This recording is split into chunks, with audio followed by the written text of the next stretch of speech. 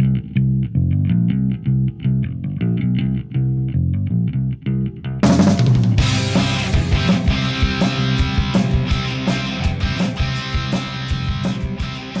evening and welcome to Across the Pitch. We're the soccer show for people who think a TIFO is something that you use to pause and record live TV.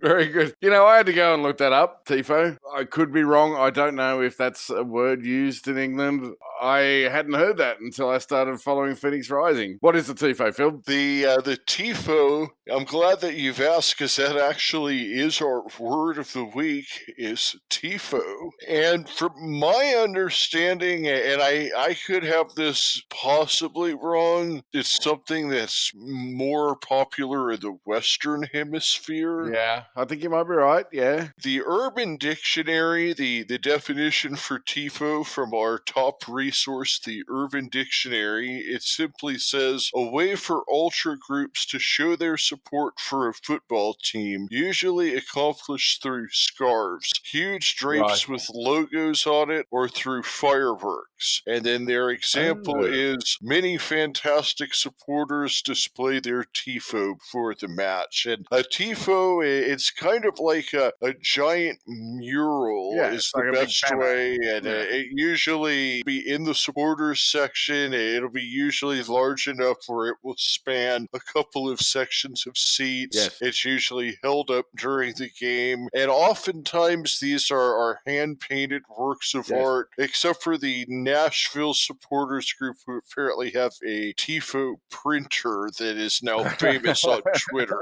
Really? That's good. We're a little bit off that okay, all right. Edward, if you're listening, fill us in, mate.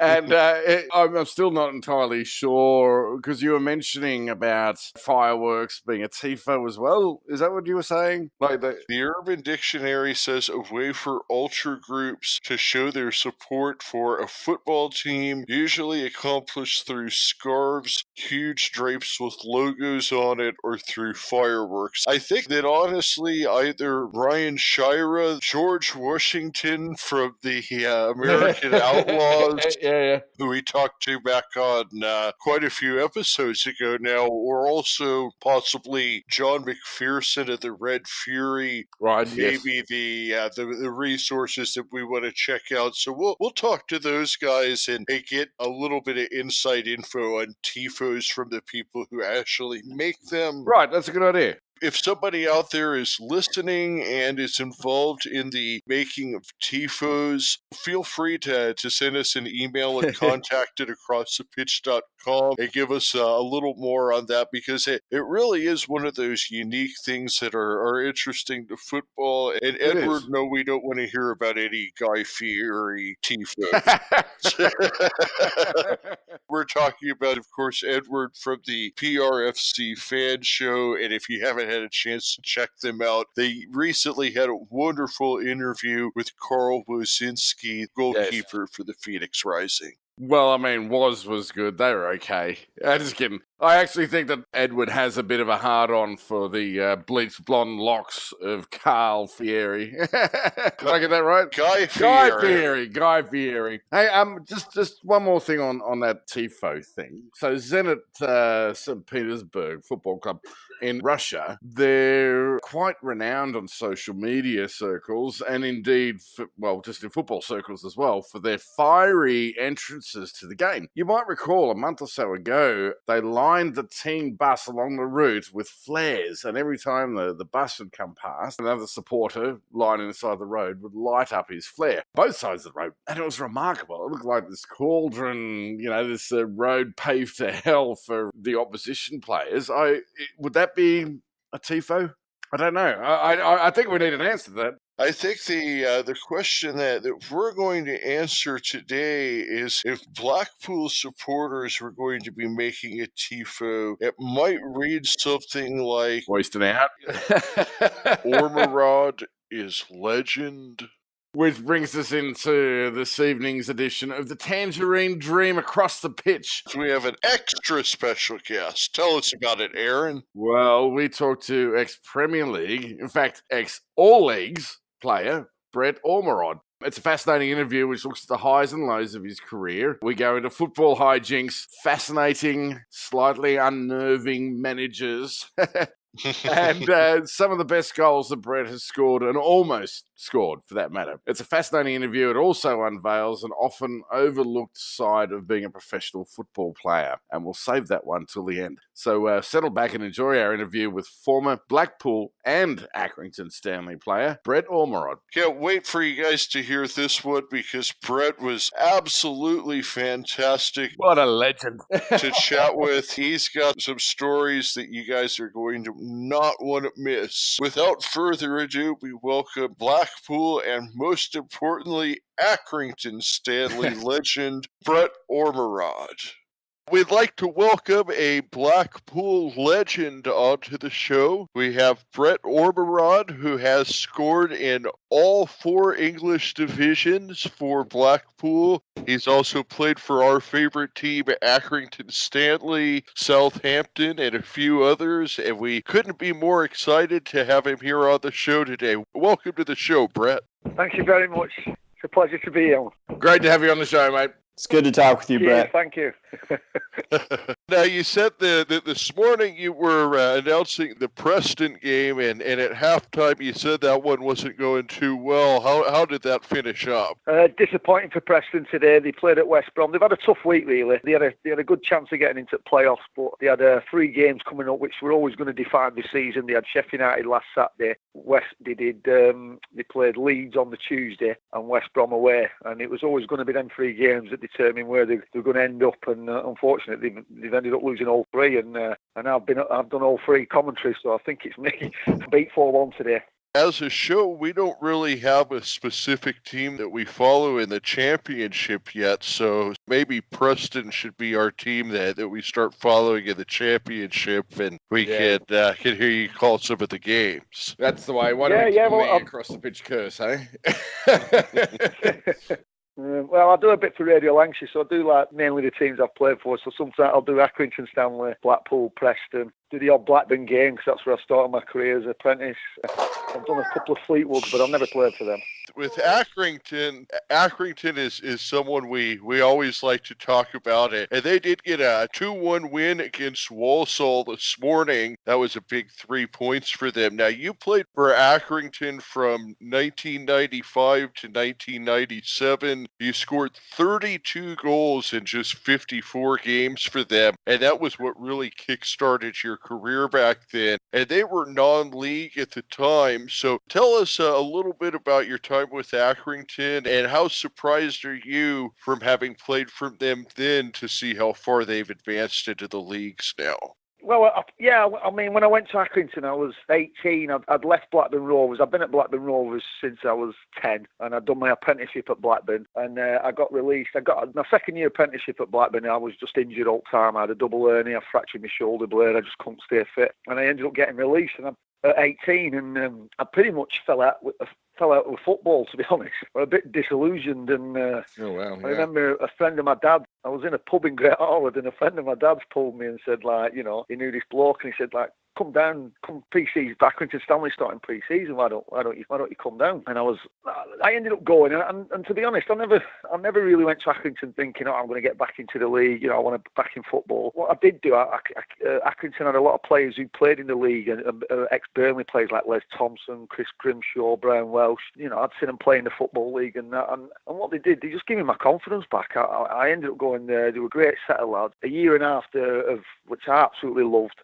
You know. And it just snowballed from there. I never said that I went there thinking, when I go there, I'm going to build myself back up. I literally just, I was a bit reluctant, obviously. And when I went there, it just gave me my confidence back, and I just started enjoying football again. And when them sort of players are telling you you're a good player every day and that, you start to believe it. And that was that, really, we Accrington. The fact that they've got where they have in this day and age. I mean, Eric Worley was the chairman back then, and his ambition was, when he took over as chairman before I arrived, was to get Accrington Stanley back into the Football League. And the thing with Accrington, what's been remarkable, is they've had to do it the hard way.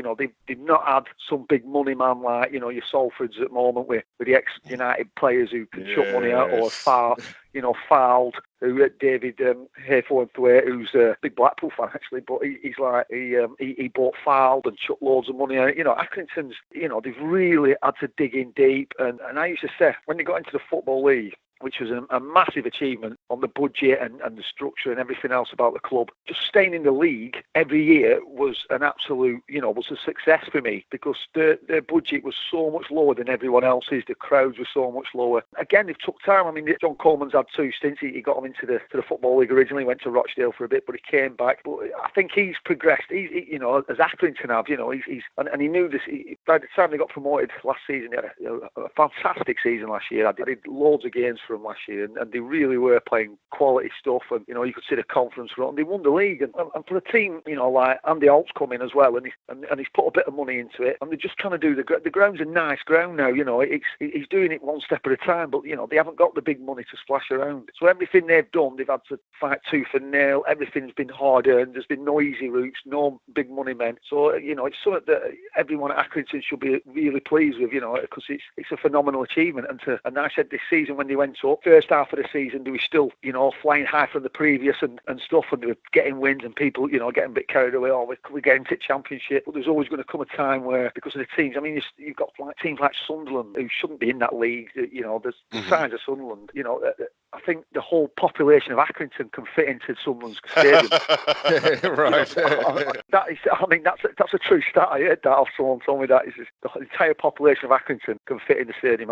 Yeah, I mean, that stadium in Sunderland holds about 30,000, and that is what about the same population as Accrington. Yeah, that's just crazy, isn't it? I think it's about 37,000. I think Sunderland. It's a great state, but when someone chucks a stat like that and stuff, and it's been fantastic. I mean, today you can't emphasise how much they needed that win today. I was absolutely buzzing and stuff. But I mean, the achievement is incredible, and it's even more so because, like I said, everything has been done the hard way. There's been no easy routes, no gimmies, no big money men. Everything they've had to scrap tooth and nail for, and it's a fantastic achievement. I think that's probably one of the reasons why we like supporting Aki, is because it is a real sort of underdog success story. I mean, if Will Ferrell were to do a movie, it would just be thrown out like that. That plot line's ridiculous. Yeah, I mean, I'd like to see that film, to be fair. She'll pitch it to him. I mean, the thing with Akita, I mean, if you ever go on YouTube, there's a documentary they did a few years ago. I don't know if you've seen it, and it's when Eric Worley was the chairman there, and Eric, pulled no punches. He took no prisoners. Eric, he was penny pinching all the time. He just said it how it was. I can't think of it. He's got they built the new stand, and they've called it the Eric Worley stand. And you can't think of Accrington Stanley without thinking of Eric Worley. But if you go on YouTube, and that's what it will like Accrington, and like I say, they literally had to start from scratch. But it is such an achievement. I mean, they play good football. It's a great success story, and it's famous. Everywhere you go, everyone's heard of Accrington Stanley. We're certainly doing our best to make them down here. Well, that's what I mean. I used to go on Spain on holiday and all that. And where you from? Oh, do you know Accrington Stanley? Yeah. No, and it is. I don't know if you know. Like a few years ago, when I was a kid in the 80s, when Liverpool was dominating English football, there was a milk advert. Oh yes, yeah, we know. And that, honestly, that did more for Accrington Stanley. Everyone, simply were like, because this advert just for some reason just went global, and everyone suddenly had an interest in who's this Accrington Stanley. But it is. I mean, it's the history of the club. It was the one. It fell out of the Football League. It folded. We I think 50 grand debts in the in the 50s or something like that and stuff. So it's sort of to be where they are nowadays is an absolute success story. And it's a credit to everyone who's been involved, because everyone has worked tooth and nail to get them where they are. Well, speaking of the success stories, and of course you brought up the milk commercial, and honestly that's how I first heard of the team. So I mean that's how global that is. But that was a $10,000 payday for them back in the 1980s, which was a big part of their success. Another big part of their success is, of course, when you transferred to Blackpool. That was, I believe it was about a £50,000 payday. And then when you transferred from Blackpool to Southampton, they got another very large payday there. So you are a big part of how they've gone to where they are today. How does it feel to know where they gave you the chance to kind of jumpstart your career after the injuries, that you in turn are just instrumental in what they were able to bring in when you transferred off to a bigger team, and how instrumental you are in their success? Yeah, but I mean, because, if I hadn't gone to Accrington, I don't think I would have ended up having the career I did. Like I say, when I went there, I was absolutely disillusioned with football. I was 18. I'd just had a double hernia operation. I was in a sling because I fractured my shoulder blade in one of the last youth games I played for Blackburn. And I was pretty much just had enough of it and just wanted a break. And when I went there, like I said, so I owe, I owe everything to Accrington. And to be a little part of helping them to get where they were. The money, it has been important, but they've used the money right, Yeah, that's right. It's all right chucking money at it, but you've got to use that money right. And John Coleman and Jimmy Bell, they've been at the club a long time, 2 stints, and like I said, nothing's been a gimme, everything's been a scrap. And a lot of times, before Andy Holt came in, they were running at a deficit, and they weren't sure whether they were going to make the payments, pay the wages, and that was always hanging over the club. And what Andy Holt has done for the first time in their history, he's brought some stability to it. Now, he's not a massive money man. He's not chucking money, but what he's trying to do is do it right, and he's trying to run the club properly and as a profitable, be self-sufficient, and he's doing it right. And you go around the ground, it's a nice little football ground. And especially for me, because I played there in the 90s when it was, it was literally one man and his dog walking past and stuff, and that. And to walk around it now and see it as it is, it's growing all the time, and it's getting better all the time. And, Andy Holt's one of them. He wants to make it the best possible club. And, you go to the game and they've got a beer tent on beforehand. There's a band in there. And, at the end of the game, if they win it, you go at bar, and if they win, it's happy hour. Every pint's a quid, pound. Yeah. And the players come in, and not many football clubs have it where, the fans can sit and talk to the players. That's more, that used to happen more non-league, but they've sort of kept that tradition. The fans really get to rub shoulders with the players and the play, and I went to the last game last season when me and my wife went to the corporate bit, and Wendy won when he got presented with the League 2 trophy. And you should have seen the party just going on all night. It was just mad. It was, the players were in afterwards, the managers mixing with the fans. Because beer, it's just an absolute, it was just bedlam. But it was just I can't describe how good an atmosphere it were. It was just like happy hour for 10 hours. I don't know what We've time heard it finished, about that party a few times.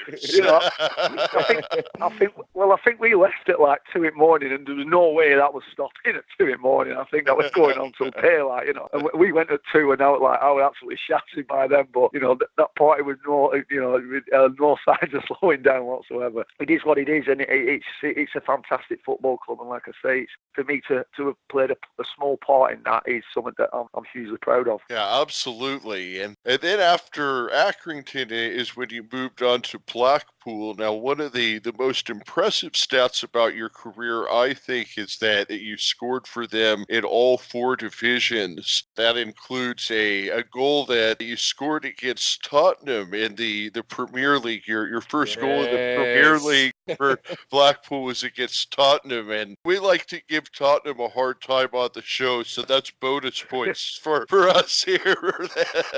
You're welcome back anytime, Brett. The other things that I thought was most interesting was in 2010, the EFL Championship playoff final, that you scored what ended up being the winning goal in that one, and that was the goal that sent Blackpool to the Premier League. Tell us about that. I mean, that had to be something incredible there. And what was the party like after that one? Honestly, that was mad. That is probably the single most important goal I think I've ever scored in my career. Because to get Blackpool, when we started that season and Ian Holloway took over, again, Blackpool were a bit like Accrington in their league. We were in the Championship. There were us and Scunthorpe, I think, with the lowest budgets. We were both overwhelming favourites to get relegated. The season before and the season before that, when I'd gone back from Preston, we'd only just survived, with a couple of games to go. And so to get to the Premier League, and I was when I went back to Blackpool, I was 33 really. So I was like, I played in the Premiership with Southampton for 4 years. I sort of looked at myself winding down, if you will. And I nearly, because I dispute with the chairman at one point during the summer, I nearly went to Carlisle, but I didn't. I stayed at Blackpool, and it turned out to be the best decision I've ever made in my life because, for sure. you know, we had an unbelievable season that year. Absolutely. I don't think we ever dropped out of the top 10, but we were always up there, and we went through. And to get promotion is is the ultimate achievement. I would rather get promotion through the playoffs if you can guarantee it, because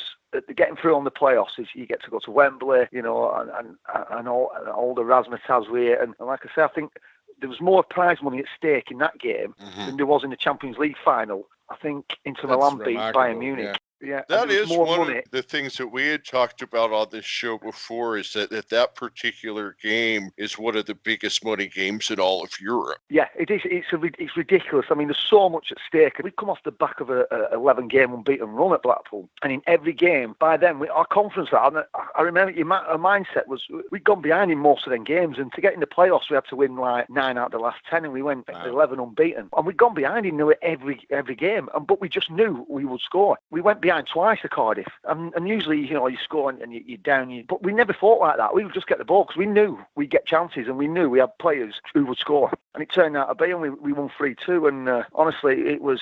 I remember the party afterwards and all that. And you know, I couldn't get drunk. I could not get drunk. I didn't sleep the night before. I was like staring at the ceiling all night. We won the game, which was, you know, emotionally draining and all that. And then at the party after, I couldn't get drunk. And I ended up going with, I was at my wife and kids with them. They went to bed at hotel. We had this big party downstairs after. And I ended up going to a casino. There was a casino just right corner with Stephen Craney and Charlie Adam till about 5 in the morning. And I just couldn't get drunk. And I ended up, I think I went to my hotel room at 5 in the morning, and I just couldn't sleep. I was just sat there. I was laying in bed and I'm just staring at the ceiling. I was, you know, my adrenaline was that much. I just couldn't come down. It was like, I was just on a high. And I just remember, because my youngest then, he was only a kid. So he was up first. So I just ended up going down for swim and stuff. And it took me about 3 days to just, you know, for everything to sink in of what had gone on. You know, it was just, and then we had the parade at Blackpool, which was absolutely unbelievable. Yes. It was just a sea. It was just a sea. Oh, it was a sea of tangerine. You know. Tangerine dream. Oh, it was. It was. You know, it was just everywhere, and it was just madness. And you know, we had that season in the Premier League, and we became everyone's favourite second club. Yep, yeah, across the country. Were mine. we just went for it. We did, that's how we won games in the Championship. But you know, I remember they have a program on Sky here called All the Press, basically, who are a bit obnoxious and all think they're experts and all that. And basically, most of them talk crap anyway. But a bit like us. But you know what I mean? Well, no, but because there's they write for a few big newspaper sports things. Some of them are quite arrogant. I remember one, and I shouldn't speak ill of it. He's died now. Brian Wolnoy were called, and I remember him watching it one day, and Sunday Supplement it's called, and he said, "Oh, Blackpool won't win a corner in the Premier League." He went, "That's how confident I am." And I think Derby at that time had the record for going down with the lowest number of points, and he went, "Blackpool won't even win a corner in the Premier League." Yeah, so that was pretty much Ian Holloway's first team talk on our first game in the Prem at Wigan away, and we went and beat them 4-0. And you know what? We went down by 1 point in the end, and we're the highest goal-scoring team ever to get relegated because we just went for it. We just absolutely, you know, we all our games, we'd rather get beat 4-3, you know, it's like that. We just goals. But it was just a mad season, you know. It was just an incredible season, and it was for me because I had honestly, when I'd gone back there, I thought, you know, the best days of my career were behind me, and the promotion season, I'd say, was probably my best. I think at 32, 33 was my best season in football, to be honest. Well, certainly my most enjoyable. Yeah, you mentioned Ian Holloway there. He's a particularly driven man, you know, as a manager. What is he like to work with, man? Do you know what? He was mad. He was brilliant. He was brilliant because I remember he came in. I remember his first day, and we were at Bloomfield Road, and he sat us all down, and we had a small squad. And he said at the time, and his last job, he got sacked off Leicester. He'd been QPR manager before that. He's played for QPR, Bristol Rovers manager. And he said, "Look," he said, "I've been out of work for a year." He got the Blackpool job, and he's only done for a year. He watched Barcelona and Spain and how Spanish teams play, and he said, I'm going to play 4-3-3, and this is how we're going to do it, and we're going to get promotion. And everyone's going, looking around, and because like I said, we were relegation favourite, and he said, don't worry, the way I'm going to play, it might sound complicated, but it's all right. I've done it with my chickens, and they understood it, so you lot should get it. And and I'm looking around like and stuff. I remember after one, like he was so like team thing and team bonding and all that, and we watched, Coach Carter. Have you ever seen Coach Carter with Samuel L. Jackson? Oh yes, yeah. Well, one day after training, afternoon, he says, right, I want you to watch this video, and it's Coach Carter. All right, well, watch this Coach Carter, and it's about the lads how they team bond and they do the suicides for each other and all that, and like the suicides they did running, didn't they? They call them suicides and all that. Yep. And it really brought them together because people were helping each other out and dragging people along, and that was his whole thing. And he was so emotional after that. He said, "That's how I want us to be," and all that. And I turned around to Keeson and I said, "He's cracking up. This guy's off his head." Like, I rang my missus and she's like, I said, he's made us watch Coach Carter, and he's like, no, he broke down in tears. Because he was that passionate about it. He knew exactly what he wanted. And on the first day, he said, if we ever get promoted to the Premier League, I'm going to play like this, this, and this. He said, apart from if we play Liverpool, I'll change it to this and this. And that season in Premier League, we did a double over Liverpool.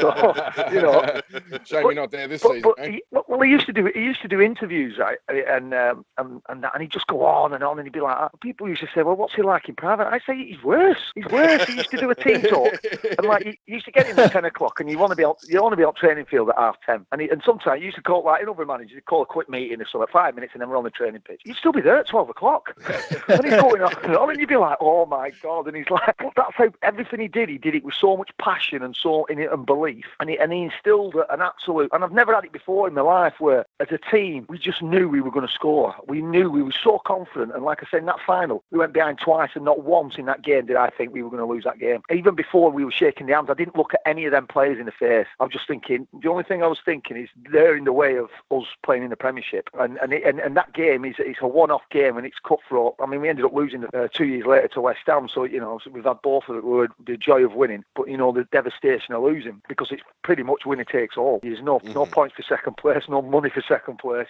That's how there's so much at stake, and that game we went and you could feel it in the team, and we just knew we were going to win that game. I don't know why, I don't know, I can't, I'm not the thing. I've never had it before, I've never had it since, but it was just the way it were that season. It was just a magical season, and it's unbelievable. Best season of my life, I think. So recently, the troubles that Blackpool has been in has been well documented. The fans out at Oyston, I think the character's name was, it was a boycott basically, wasn't it, of the team. What's it like for you seeing the team go through those struggles and then seeing the fans return to the team? How does that make you feel? Well, it did. I mean, the thing with the Oysters, they were always in there. When I signed for Blackpool in '97, they were there then. And Owen, the main, but he got done for rape. He did some time. It was his son, Carl, who took over as chairman. And the thing with Carl is that he was never a football fan. He was just a businessman. So he ran things like a business. 9 times, if you ran that football club like that, 99 times out of 100, you'd probably get relegated into the conference. If we played in League One, we were getting paid League Two wages. And that's it. Even in the Premier League, you get honest lads. You don't get big-time players who think,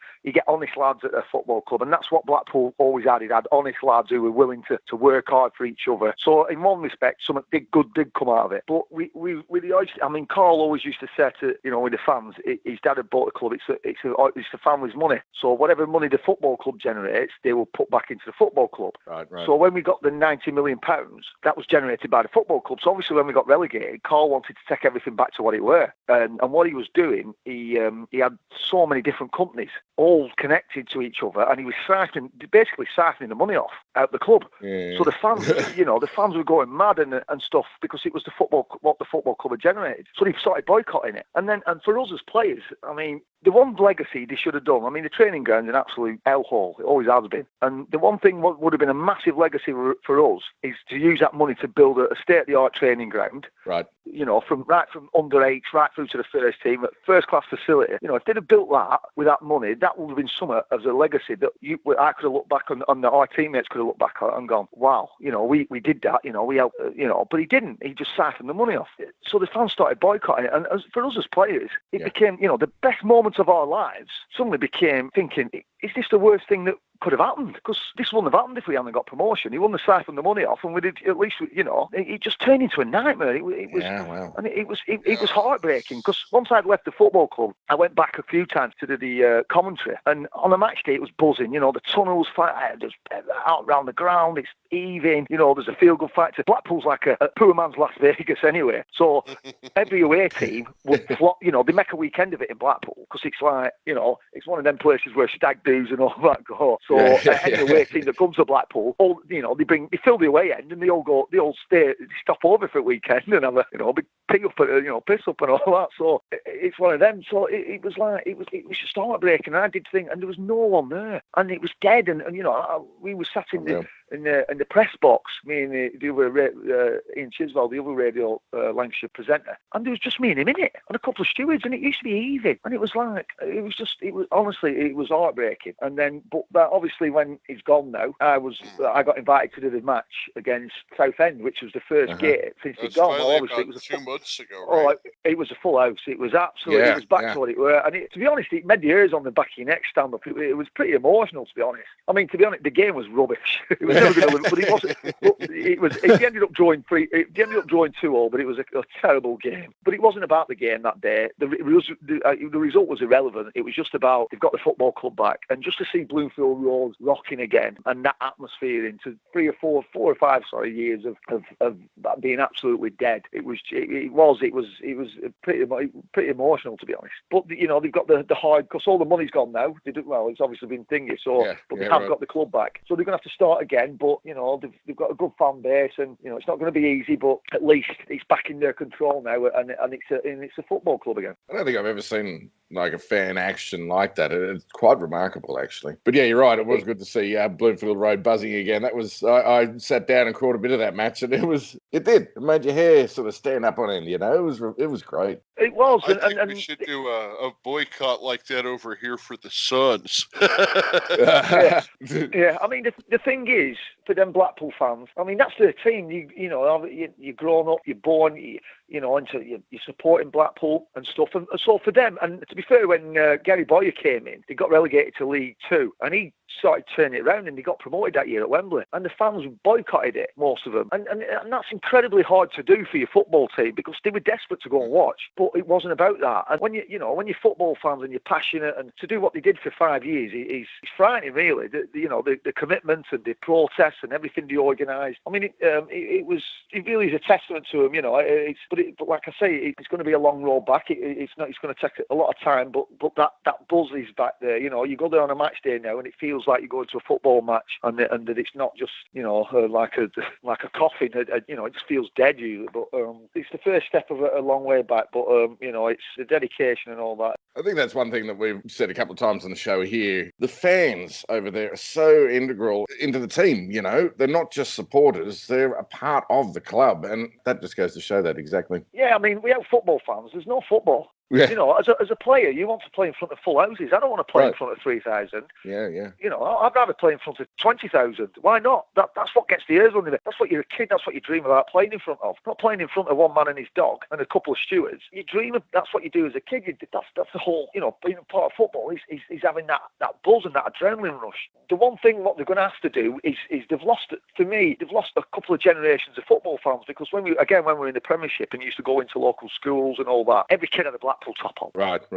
Where before, years ago when we were in the League Two and all that, you go into schools and Man United tops and Chelsea, Arsenal, and things like that. But that's, and then we went in that Premier League year and all that, you go in and every kid had a Blackpool top on. So every one of them kids is going to grow up supporting Blackpool. Well, you've had 5-6 years of that now, so you've lost a generation of football fans, because I know from some of the press people at Blackpool that they go, there were no. He said every school we're going to now, no one has a Blackpool top on. That's a right shame, isn't it? It really is. And that's the thing. That's the underlying damage that what they've done. They don't understand that. And like I said, without football fans, for me, there's no football. German players come and go, but football fans, that's your club. We're going to lose. We're going to lose. And it is. Being a true football fan, anyone can support the winning team. I can't remember that many Chelsea fans years ago when I was a kid. I can't remember that many. You know what I mean? And I can't remember that many Man City fans when I was a kid. Right. All right. There were always United and Liverpool, but I can't remember Man City and Chelsea. Everyone's a City and Chelsea fan. I'm like, well, up here, what are you a Chelsea fan for? I remember one kid at school when I was at lab, when David Speedy and Kerry Dixon played for Chelsea in '80s, and he was a Chelsea fan, and I used to dog him then and go, why the hell are you a Chelsea fan? But little secret, Brett, that Matt's actually a Chelsea fan. Yeah, but you know what I mean. But up here, up north, especially. But so it's and now like Man City, everyone's got a Man City top on. I'm like, where were you lot when they were in second division a couple of years ago? Exactly. So but it's easy to support teams when they're winning. But when you're a proper fan, you support your team through. It's hard to support your team. That's when you're a true fan. Is when you support your team and they're not doing well, and you've got that's what true support is about. And the ups, the downs of football, because when the derby games and all that, these fans, they work with each other and all that, and it builds up all week at work, and they're dogging each other and all that, and it's bragging rights and everything. It's a way of life. It's a way of life. Man, I could just sit here and listen to you talk all day about football and your career. Earlier, Brett, you talked about, playing at Wembley in the promotion game, and you've played in an FA Cup final. What was that experience like? I mean, what is it just like playing at Wembley Stadium? We see it on TV over here, but what's that experience like? What's the atmosphere like? Oh, the cup final, I mean, I played in 2003, which as a kid, the cup final was the biggest game of the season. I mean, it's been a bit diluted now. The Champions League sort of diluted the FA Cup. But when I was like 10, 11, everyone watched the cup final. It was 3 o'clock on a Saturday. If you went up street on an FA Cup game, it'd be empty. It'd be like desert. It'd be like Amiga Man. The streets were empty because everyone was watching. Everyone was indoors watching the cup final, no matter who it was. And as a kid, you grow up wanting to play in an FA Cup final. I played in the playoff finals in 2001 with Blackpool when we beat Leyton Orient. This is when Wembley was getting redeveloped. So it was at the Millennium Stadium in Cardiff. Oh, yes, that's right. It was too, yeah. Which is an amazing stadium, but it's not Wembley. So our FA Cup final is actually the first and only FA Cup final to be under a roof because it was peeing down that day, so they shut the roof. Is that right? Wow. So both my FA Cup final and the playoff final in 2001 was at the Millennium Stadium. Cup final was one of the best experiences and the worst in my life because we got beat. The whole day's unbelievable and everything, but when you get beat, we got beat off Arsenal 1-0 and David Seaman pulled a worldie off. I've never hit a left shot or volley in my life as good. And when I hit it, I thought it's in top bag, and David Seaman hit it over. I was absolutely devastated. And he just winked at me and I thought, I won't tell me what I thought. And it was amazing, but because Wembley was being redeveloped and by the time I went back to Blackpool, I thought I'd missed my chance. And like I said, the Millennium Stadium is a fantastic stadium, but Wembley, everywhere. I've been to Wembley with my schools to watch an England game in '92 again when we beat Turkey 1-0, the old Wembley. And it's just a when you're a kid, everything's about Wembley. Wembley's the ultimate. Now the stadium is unbelievable. So when I went back there in 2010, that was my first opportunity to play at Wembley. To score was a dream. I was like a kid again. When you walk out, it was one of the hottest days of the year anyway. We walk out against Cardiff and these big flame things go up, and honestly, I thought my eyebrows had singed. It was, but the Bulls at Wembley, and it's just like it felt like a kid. I was, it was unbelievable, and we went back twice with Blackpool, and I managed to play twice there with Wrexham. When we got beat in a playoff final, but we won the FA Trophy. So I ended up being there 4 times at end, and it's just a magical place. It's the home of English football. When you're a kid, everything about Wembley. We used to play in schoolyard. You'd play Wembley dub, right? So you'd partner up with someone, and there'd be 10 lads that partners and one goalkeeper in net, and if you scored, you were through to the next round at last. Thing went out. You used to call it Wembley Dubs. So everything's based on Wembley as a kid, and I honestly thought I'd missed my chance. I mean, as nice as the Millennium Stadium were, it isn't Wembley, and I'm thinking, God, there's only me who can get, my luck. I get to an FA Cup final, and it is at Millennium, and I played a playoff with 2001, and that is at Millennium. But no, I ended up getting it, and the new Wembley, and it is a special place. It's an unbelievable stadium, and yeah, I'm very fortunate. I feel like just for our American listeners, we have to explain what Wembley is.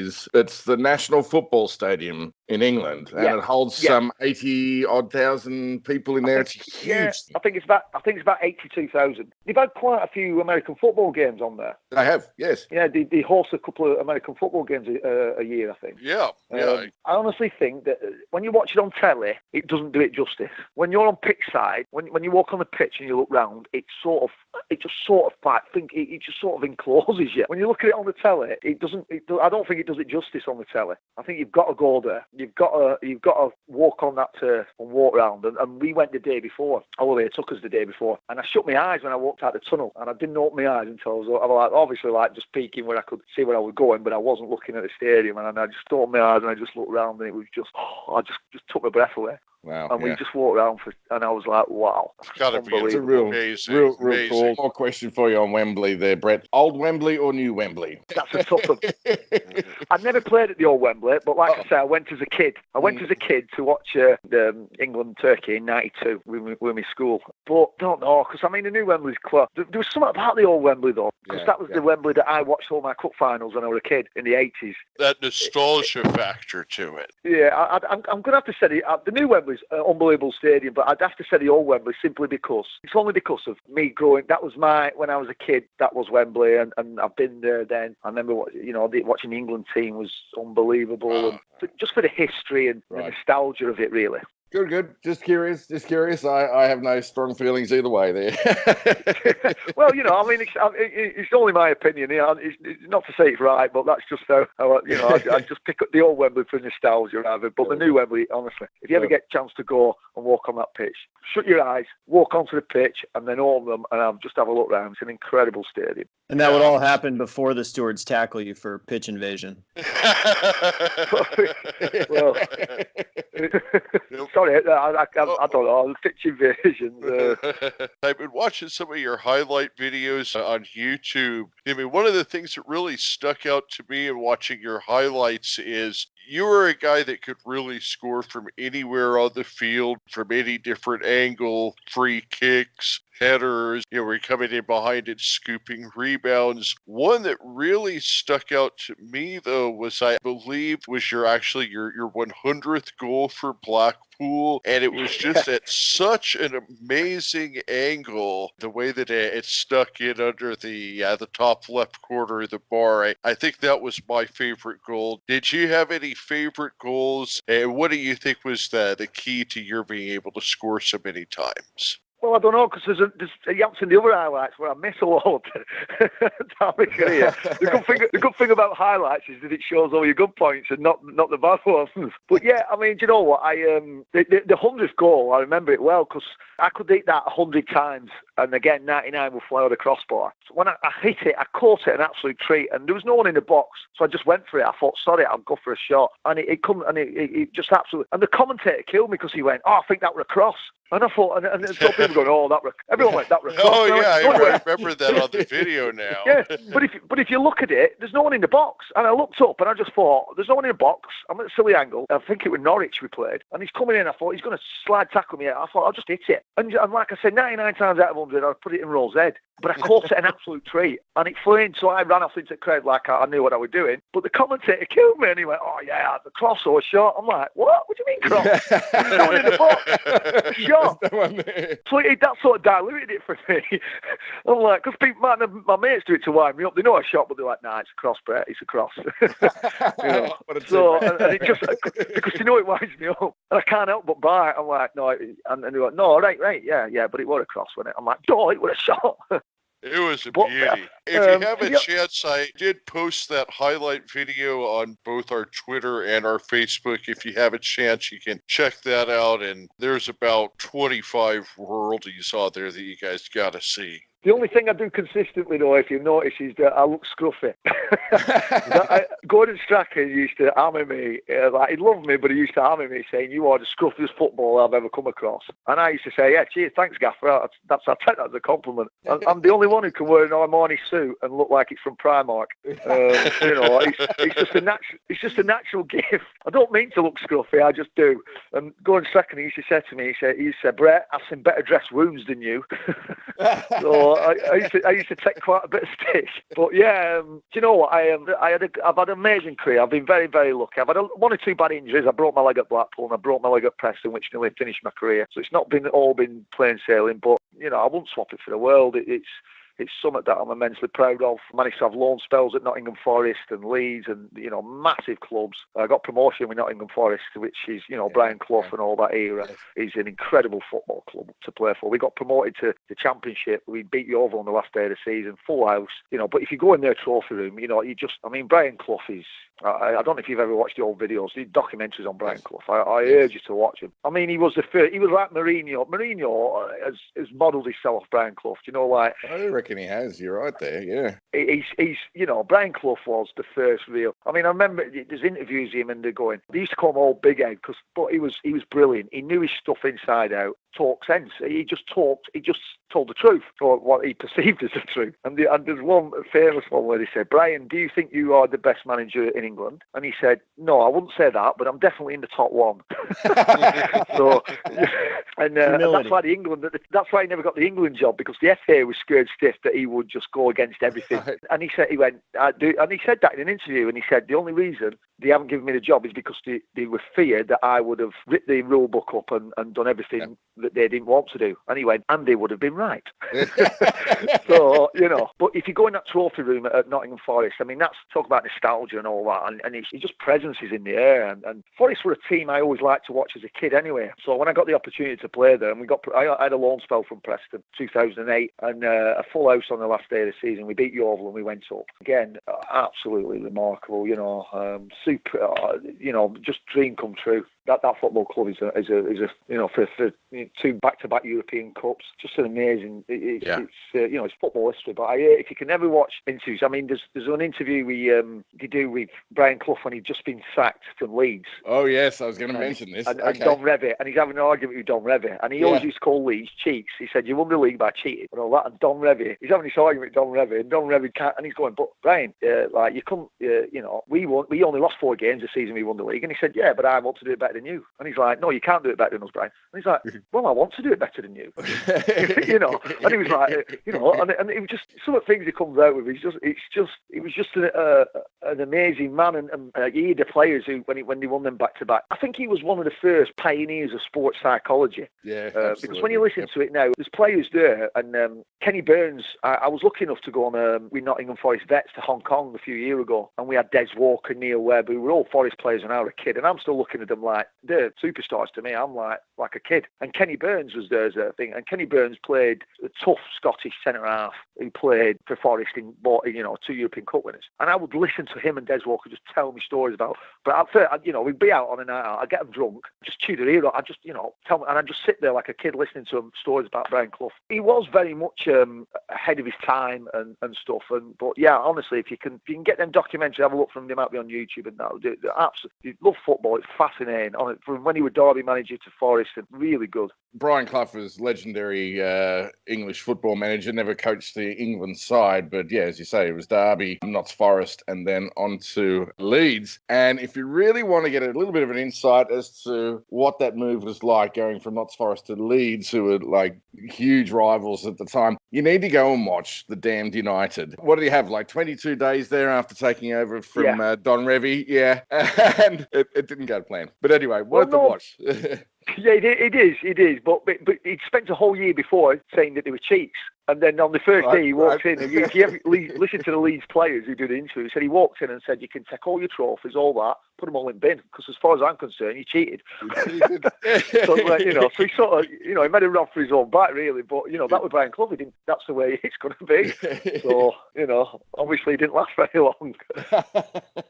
Hey, we're running close to time here, Brett. But I wanted to ask you. Okay, so 5 o'clock on a Saturday, you're sitting down after you've done your call. You're sitting down. You look at the results. What is the first one you look for? Well, to be honest, because I do a lot of Radio Lancashire, I'm usually at the game. But the main ones I look at is obviously the Lancashire teams, Aki Stanley, Blackpool, Preston, the ones I've played for, Blackburn Rovers, because I grew up as a Blackburn Rovers fan. So all the Lancashire clubs, Morecambe and all that. So because I'm Radio Lancashire now, and we cover all them games, they're all the games that I really look for. I was scamming on my phone today, like Aki Stanley, and I was like Warsaw. And the manager of Warsaw was Dean Keats, who's a mate of mine. He used to play at Wrexham with me. So I was like, I was like, 90th minute, and I didn't know the score, and I was scrolling up on Sky Sports like really slowly, because I was like, it's just a massive game today. They needed to win that, and thankfully they won 2-1. And honestly, I was like, I'm palpitations. I'm trying to massive win. But yeah, I just look for all the Northwest clubs, because you've got to be a bit of a neutral there when you're radio, when you're a pundit sort of thing. Sure. So it's all the Northwest clubs really.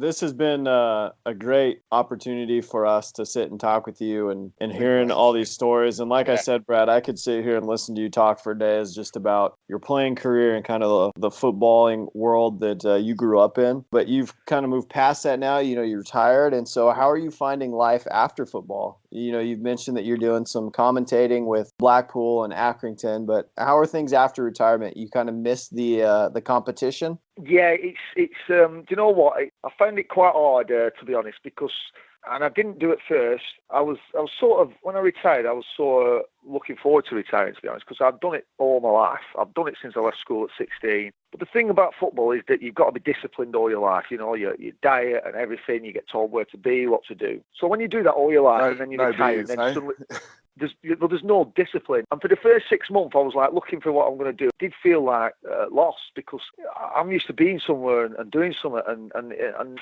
6 months of it was all right, but 12 months of it was driving me mad. So I have found it quite hard, to be honest. It is hard. And you miss it. And there's nothing better. You know, when I was managers, you play for managers and they say, enjoy it, because once you've retired, you'll miss it. And you're like, yeah, you know, when you're like 17, 18 and all that. Yeah. But, and it's so true. It's, I'd give anything to be, you know, playing again, you know, at that level, to get that buzz, because your whole week is working towards that Saturday. And to score a goal in front of thousands of people, honestly, there's no feeling like it in the world. There is no feeling like it in the world. And you do that for, you know, I was lucky enough I played till I retired at 39, but the last 2 years was a bit more non-league. But, you know, from leaving school at 16 right through to 39, that's a year huge in, year career, out. Yeah, disciplined, you know, played at different clubs, lived all around the country, dragged my wife, my kids everywhere, you know, living out of hotels at times. It's not always easy, you know, a lot of people only see the glamorous side of it. The lower leagues, it's not as glamorous, and, you know, there's not as much, but, you know, you can say that for any sport, you know, the top basketball players, you know, the top players at any sport earn the big money. But at lower leagues, as it goes down, it's a tough life, and it is. And the thing is, if you play at a lower league and you're lucky to get to 35 and you could retire, and then you go into the real world, and, you know, you've got kids, you've got a mortgage, you've got 2 kids and all that, and you go into the real world and they go, well, what have you done for the last 10 years? What? And you go, well, I've kicked a bag of wind around a football field. And they're going, well, you know, that's no good here. So it is, that transition is tough, and I don't think that players have addressed it. There's a lot of players. I mean, the divorce rate, I spoke from my life, the divorce rate after football is ridiculous, and it's because football, you know, because it's kind of a drug. It is a drug, you know. You get addicted to it. It's, you know, you're so disciplined. Everything you do is building up to that game on a Saturday or a midweek game and that, and then it just stops and it just cuts off. And at first, like I said, it was quite, I've no game today. I could, you know, for the first time in my life, I can go out on a Friday with my mates and have a few beers and that. But then, you know, after a few months, that wears thin. Yeah, for and sure. You sort of think, you know, and I can see why some players totally fall off the edge. You know, some players just, especially if they've got an addictive personality, and a lot of them do. A lot of footballers do. They have OCD and things. I used to. Right. Like, the one thing about stop playing is that I'm not like that anymore, which I was. If I played well in a certain shirt and tie, I would wear that shirt and tie every week until I had a bad game. Or if I drove a different way into, like, you know, there'd been an accident on motorway and I drove a different way into the ground and I played well and got man at match, then I would drive that way every time until I had a bad game, and then I'd go back to my old way. And I don't know why. It was just in my head. Thankfully, I'm not like that now. I've retired. But honestly, a lot of players, I'm sort of over that now, and I'm getting on with my life and stuff like that. But I found it took me by surprise, because I was very nonchalant about it. When you do it for like 25 years, that's a way of life. You become set in stone. That becomes your routine. And more, you know, people are creatures of habit, aren't they? Really, you know, you get comfortable in your things and stuff. There's a podcast. If you want it, I've done a podcast. I don't know if you've heard of it. Under the Cosh. It's on Twitter. It's from 2 ex-Preston players. I tell stories about all my career and some things you won't believe. I mean, some things that go on in football, you couldn't make them up. So, and I said to the lads, can I swear? And they went, yeah. I said, because if I can swear, I'll just go for it. Where if I can't, I'll have to think about things and self-filter, like I'm doing now, so I don't chuck the occasional swear word in. But because I've been doing it on radio that long now, I'm quite good at it. But so I just went for it, and even my mum listened to it. And she went, it's a very good podcast, but absolute potty mouth. Yeah. But yeah, if you get a chance to listen to it, there's a few players. There's loads of ex-players on it, from Bruce Grobbelaar at Liverpool. Honestly, listen to them. There's some great stories. Football players in all leagues. It's called Under the Cosh. Have a look at it on Twitter. There's loads, and you'll really enjoy them. There's some fantastic stories. Some you'll be going, I Definitely be doing cannot that. believe. We'll put a link to that in the show notes too. So Yeah, honestly, you will look some of the stories. You'll be going, "What? I don't know. That can't be true." But honestly, you can't make stories up like that. It's honestly, there's some fantastic stories. did you have anything else that you wanted to talk about today, or anything that No, you wanted I to mean, what I will say is thank you very much. I feel like that's a therapy session. That I feel like I owe you 200 quid or something like that. It's do you know what? I feel like I'm on my feet. I feel like I've offloaded some problems. No, do you know what, chaps? It's been an absolute pleasure. I've really enjoyed it. Thank you so much for giving me the opportunity to speak on your show. I'm very privileged. Oh, the pleasure was ours for sure, and thank you so much for coming on and spending some time with us, and we'd like to chat with you again here in the future, so we'll definitely keep in touch and hopefully talk with you again soon. Brett, love the stories, mate. Brilliant. So much fun. Yes, thanks, Brett. And that was the wonderful, very entertaining Brett Ormerod. You know what? He probably left us on a bit of a downer there, and I probably I wanted to talk to him more about that because it's an often overlooked point of professional footballers. Not everyone is going to go on and have a career as a manager, as a pundit, or even indeed as a gym owner, which he is, as well as his commentating career as well. It was a fascinating point that he said, and he said it was almost therapy to get this off his chest. But you hear about people like Ray Parler, for example, and Emmanuel Aboué, who, Emmanuel Aboué was he was parked on his friend's couch because he was absolutely broke after football. He didn't know what to do, made a few poor decisions. No support systems for these guys. It's one thing to chat about football and the goals that are scored and the wins and losses, but this is really when you get to talk about the human element of the game and hear from a guy that spent a quarter of a century as a footballer, scored over 100 league goals. Just imagine that, and then one day just having to hang up and walk away from that, and it's got to be something that, like he said, there's no way that you're going to prepare for that. And thank you, Brett, and also Mr. Wizard Matt Robards was on the interview with us, and he did personally want us to thank you for coming on the show, and he wanted to have us let you know how much he enjoyed our chat with you today. He really did. Thank you again.